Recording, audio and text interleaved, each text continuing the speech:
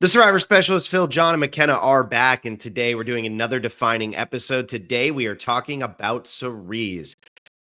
From Survivor Panama, we're talking, of course, episode number 12, Perilous Scramble. There was no question about this if we were talking first season. You could say if we were doing any season, you have plenty of stuff in Micronesia that you could pull from. But when it comes to her Panama game, there's no question it had to be Perilous Scramble. And I haven't rewatched all of the episodes for this series. Obviously, as everybody knows, we've been alternating back and forth. So we went Jenna Lewis, then we went a 48, then we went Colby, then we went another 48, then we went Stephanie, then we went another 48. Now we're doing Cirie, and then we're going to do Genevieve.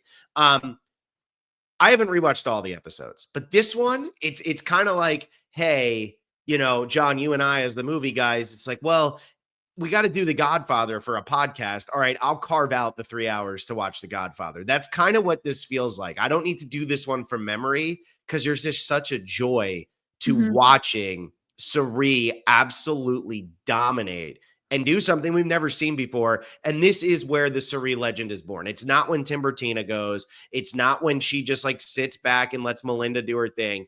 This is the moment, because this is when the Survivor game has to start being played on Panama. And McKenna, you're wearing your Panama buff. You're ready to go.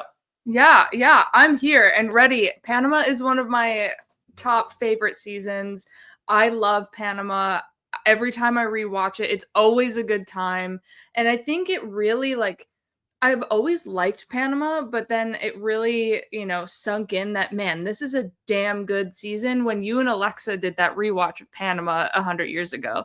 And I was like, having commentary about the episodes, being able to dissect it, it was just amazing. And so Cirie starting on this season of chaos is really interesting because she is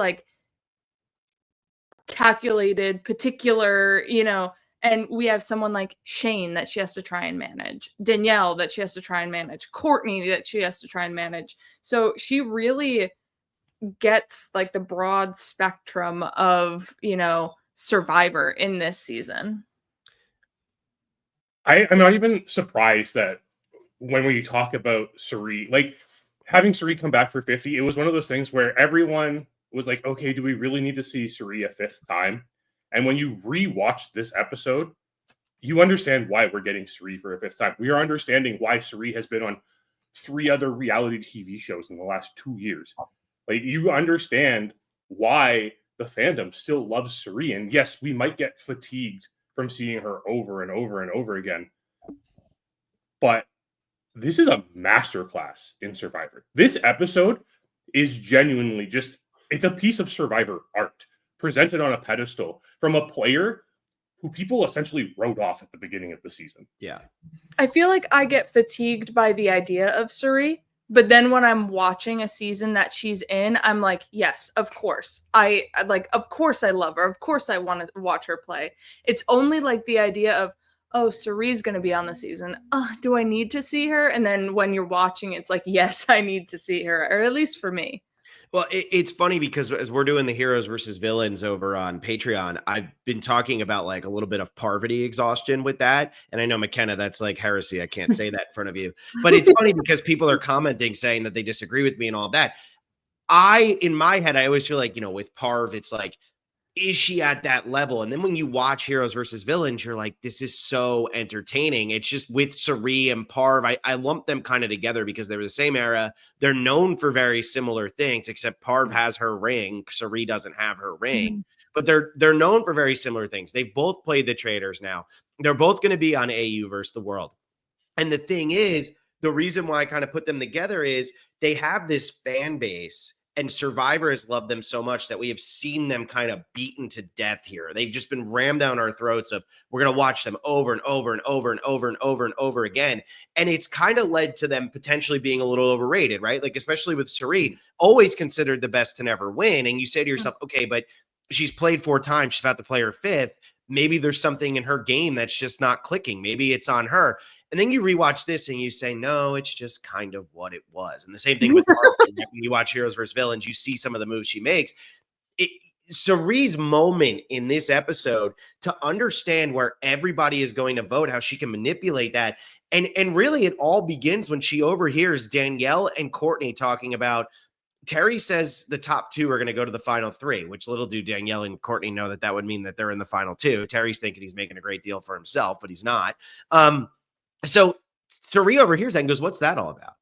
And Danielle opens up to her, and Cirie says, well, of course, Terry's going to say that. He can beat you both. He knows he's finishing top two. Mm-hmm. And this gets it spinning in Cirie's head because she knows now that Courtney and Terry are going to vote the way that they're going to vote. They're going to vote for Aris if Aris loses. They know that she knows that Shane thinks that the vote is going on Danielle because everybody has this one thing in common. Everybody who's not voting with Cirie in this episode has one thing in common. They want to go to the end with Courtney. That is the goal. And so because of that, Cirie's able to manipulate this. And when you watch this happen, this is where I do say to myself, though, I really miss back before there was an overload of advantages, right? Because we had just gone through the 4 very boring Lamina boots, or the 3 boring Lamina boots, followed by Bruce being pulled from the game. But then you get this moment. And all they're worried about is Terry's immunity idol, which he wins immunity anyway, so it doesn't even come into play. This is a 3-2-1 vote where Terry's not even an option. So it's not like the immunity idol matters in any way, shape, or form. This is just Cirie playing Survivor. It's brilliant, and it's just so much fun to watch.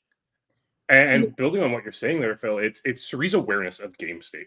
And that's what makes her such a phenomenal player, is she can evaluate everyone's single position in a game at any time.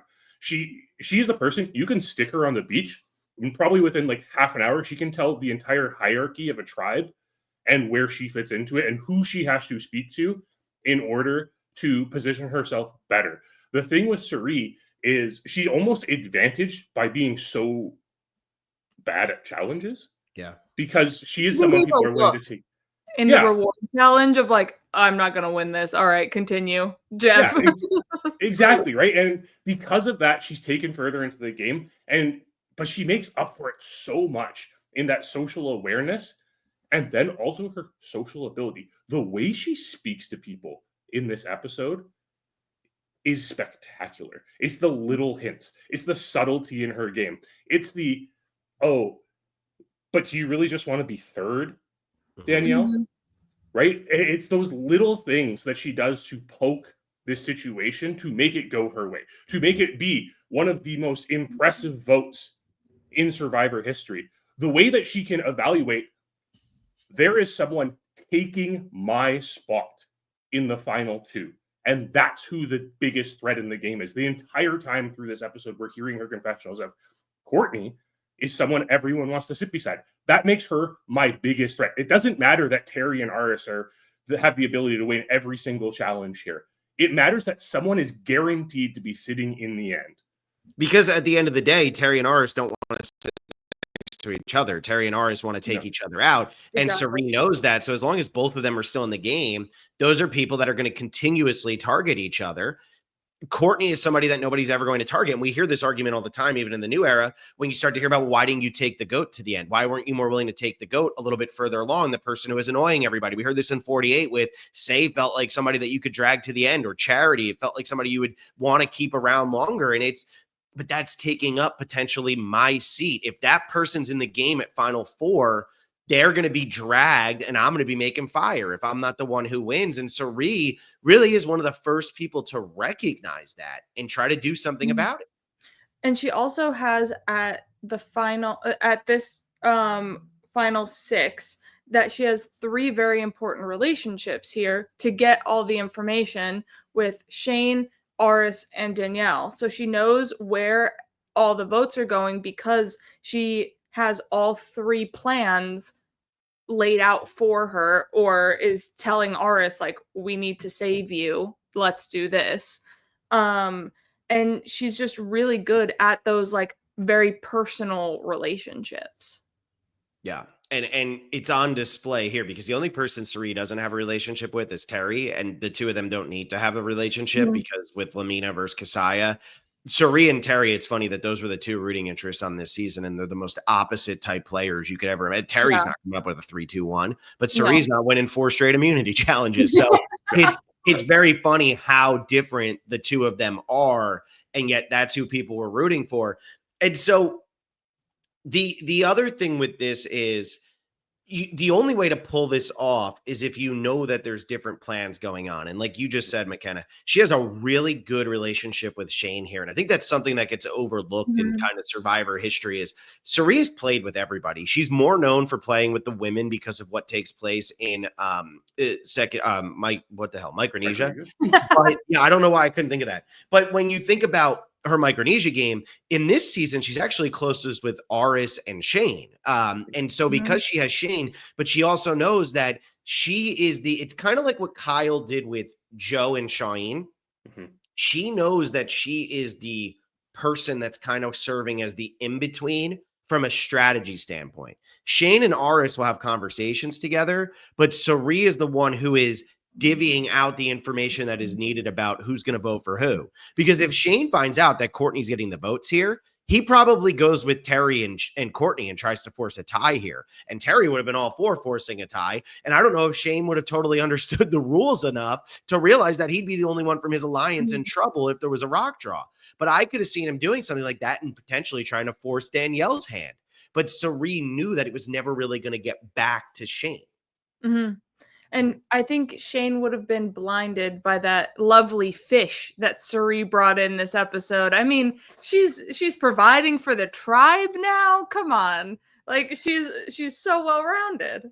I'm really glad you mentioned that, McKenna, because it is such an important part of the Cirie story that we get to see in this episode too, is we view Cirie as, the strategic mastermind of the game, and we see her play circles around people in these social strategy games.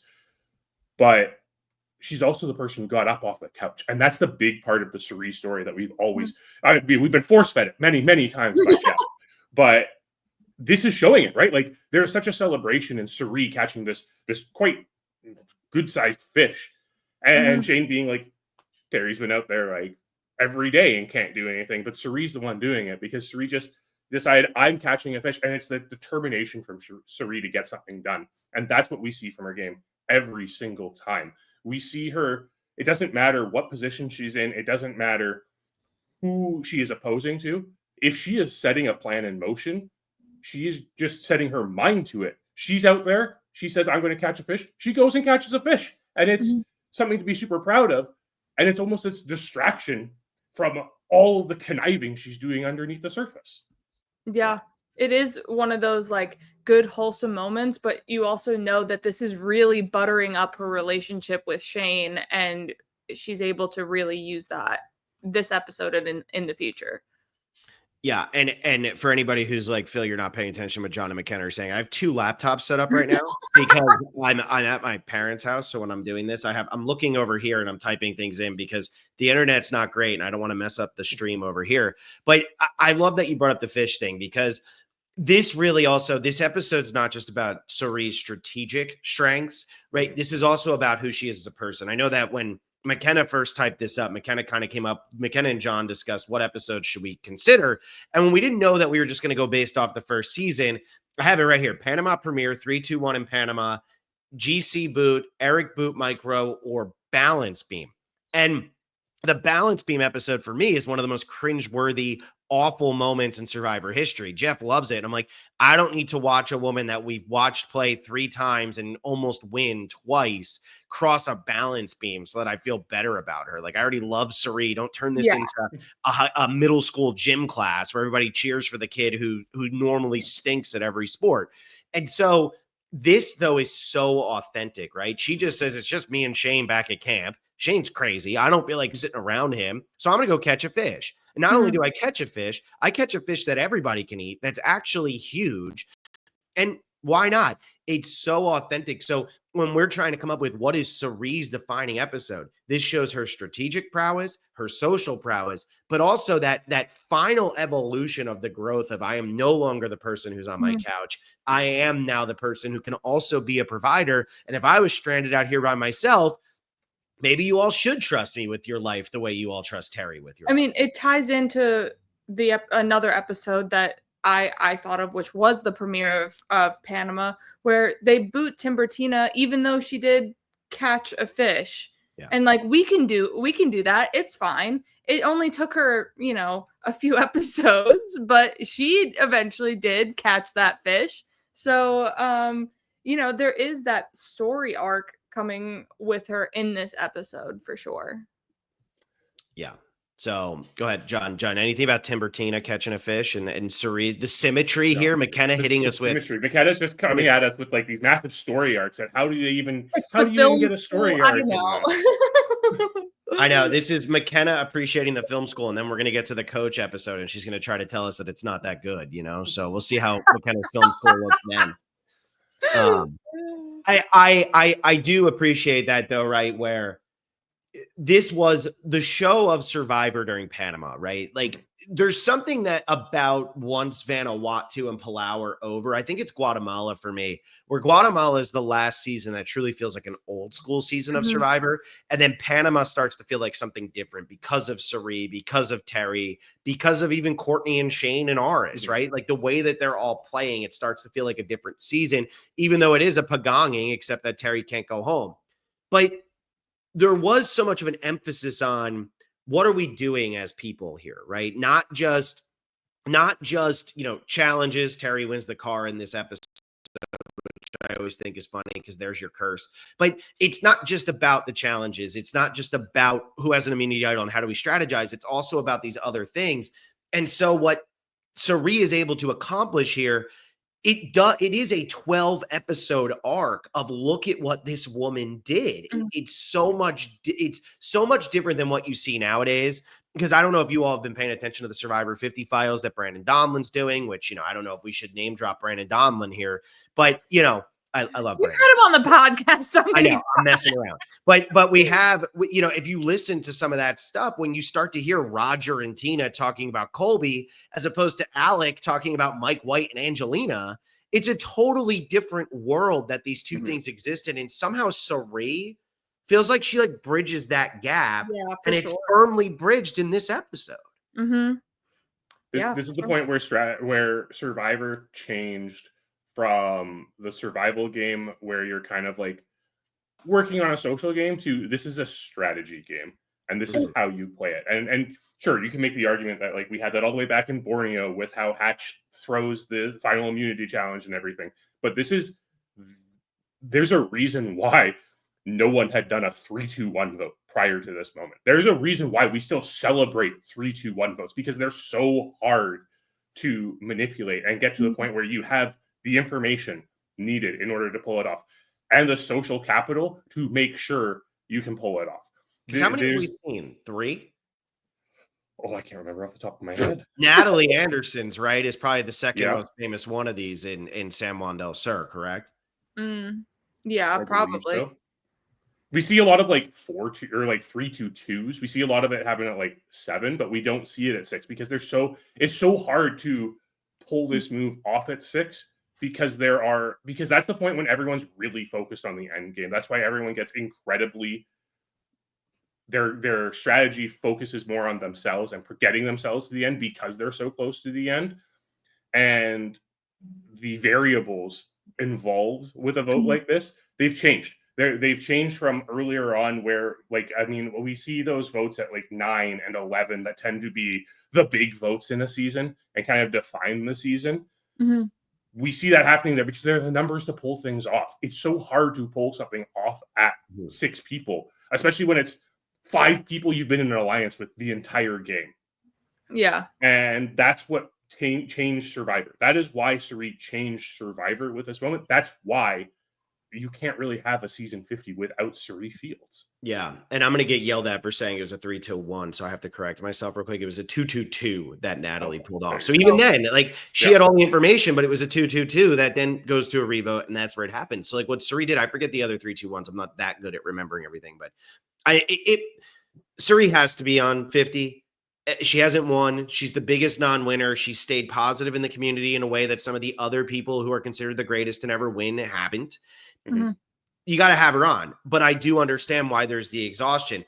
The problem is, yes, we get the Eric situation in fans versus favorites. In Cirie's last 2 seasons, though, we haven't seen anything that's come close to what we saw in her first 2 seasons. And I think that's also where a little bit of the exhaustion comes from, because it's what else is she going to provide? What new is Cirie going to provide? Going back to like her in that middle of old school versus middle school, new school kind of feel. She says Danielle is easy to turn and easy to manipulate. And that isn't something we would see in like an old era kind of episode, because they don't want to manipulate. They don't want to dupe or anything like that bad. So Cirie being able to recognize, I need to kind of convince Danielle, lay the seeds to plant the tree. Earlier on in the episode of like Terry's plan is kind of whack if you really think about it, for her to eventually use Danielle's vote to like flip her away from Terry after that reward. And I think this is my last point on this, because McKenna, I agree with what you're saying here. I think what's so impressive about what Cirie did here, you see so often in Survivor, people who don't feel like Cirie knows she's going to be 4th, right? She knows she's 4th in every plan right now. So often people then try to take all power, and I need to be in control and I need to demand the game. Cirie never makes it seem like this move is the best move for her. She makes it seem like it's the best move for everybody. And that's what convinces Danielle to go along with it, because she convinces Danielle, this is better for your game. Now you're in final 3 with me and Aris. Guess what? Aris is taking you. He's not taking me. Now, obviously, we find out later that he probably would have taken Cirie, but that's the argument that she can make and say, you don't have to go against Terry, who's been unbeatable, and Courtney, who he's absolutely going to take to the end. You have a better chance. So she's able to take power without feeling like, when you watch Heroes versus Villains and you see what Russell does, every moment when he votes Danielle out of the game, it's literally because I need to have all power. That's what needs to happen. Cirie doesn't do that. And that's probably the most impressive thing about her style of play. And this is where it's the best highlighted.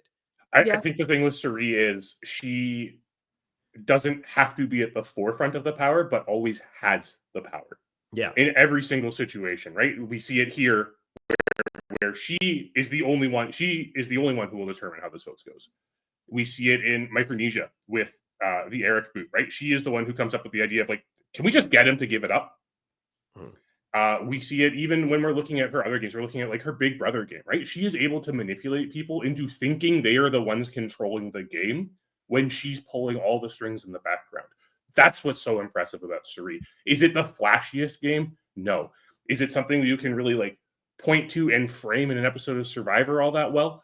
No. But when it hits harder than anything else we'll ever see on screen. And even in Heroes versus Villains, she's in the Power Alliance. She just happens to get idled out.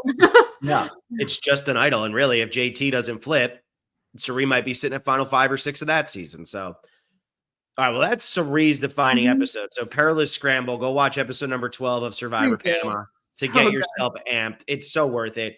And we're going to be back next time talking, Is That Blood in Your Hair from Genevieve. So I know that some people were thinking, oh, maybe they would do Operation Italy. No, this is the Genevieve episode. Talking Is That Blood in Your Hair, which is episode number 4 of Survivor 47. So that'll be our next episode. Thank you all so much for listening. Hope you enjoyed this episode, and we'll see you then.